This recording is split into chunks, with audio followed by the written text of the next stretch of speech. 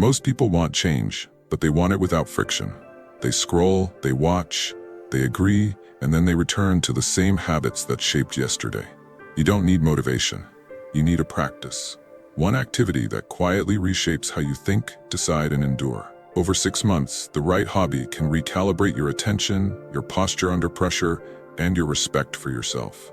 Not overnight, not dramatically, but permanently. The masses chase intensity. Stoics choose consistency. Improve 1% a day while others chase shortcuts, and time will take your side.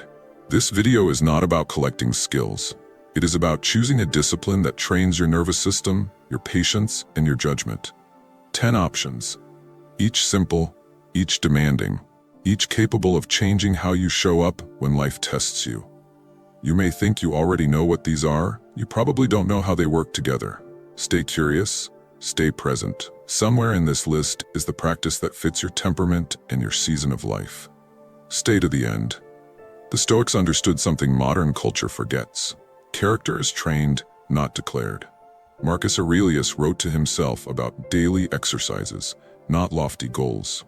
Epictetus taught that freedom comes from mastering what depends on you, especially your responses. Seneca warned that scattered effort weakens the soul. They didn't collect hobbies.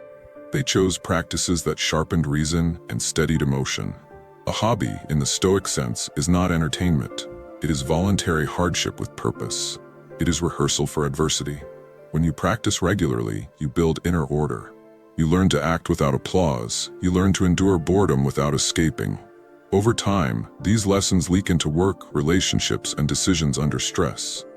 You stop reacting. You start choosing. This list is a bridge between ancient discipline and modern life. Choose your practice, then become unshakable. Number 1, strength training. Not for vanity, but for reliability. Lifting teaches you to show up on days you feel weak. Concrete benefits follow quickly. Improved focus through routine, composure under strain, and disciplined patience as progress compounds slowly. The bar does not lie, it records your honesty. One punchy truth: strong habits build a strong spine, inside and out. Transferred to life, strength training teaches you to respect process over mood. When decisions feel heavy, you remember that effort precedes confidence. You stop negotiating with excuses and execute the plan you already chose. Number 2, daily reading of serious texts. Not for entertainment, but for clarity. Reading philosophy, history, or demanding nonfiction trains sustained attention, measured thinking, and humility before complex ideas. Benefits include sharper judgment, calmer reactions, and disciplined thinking over impulse. A single line can correct a year of confusion. In real life, this practice slows your speech and steadies your decisions. You learn to pause, gather context, and respond with proportion instead of volume. Number 3, long-distance walking. Not for fitness alone, but for perspective. Walking for an hour or more clears mental noise, strengthens patience, and restores composure. Benefits include creative focus, emotional regulation, and quiet discipline through repetition. Your body moves while your mind settles.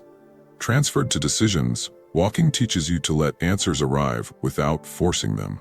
You stop chasing urgency and start trusting steady progress.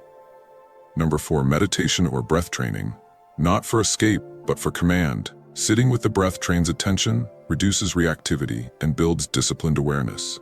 Benefits include calm focus, emotional control, and confidence in silence. Stillness becomes a skill. In daily life, this practice creates a gap between stimulus and response. In that gap, you choose wisely instead of reflexively. Number 5, journaling with structure.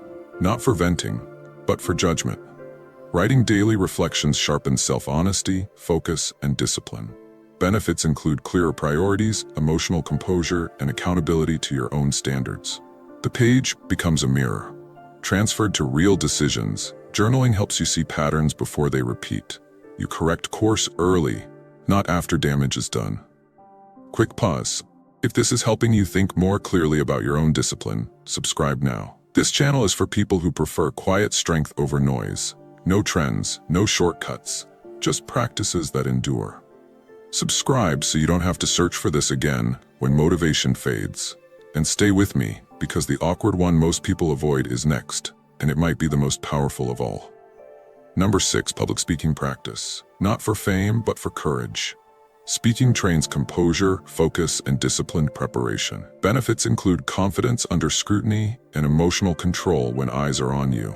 One line to remember: calm speech is trained, not gifted. In life, this transfers to difficult conversations.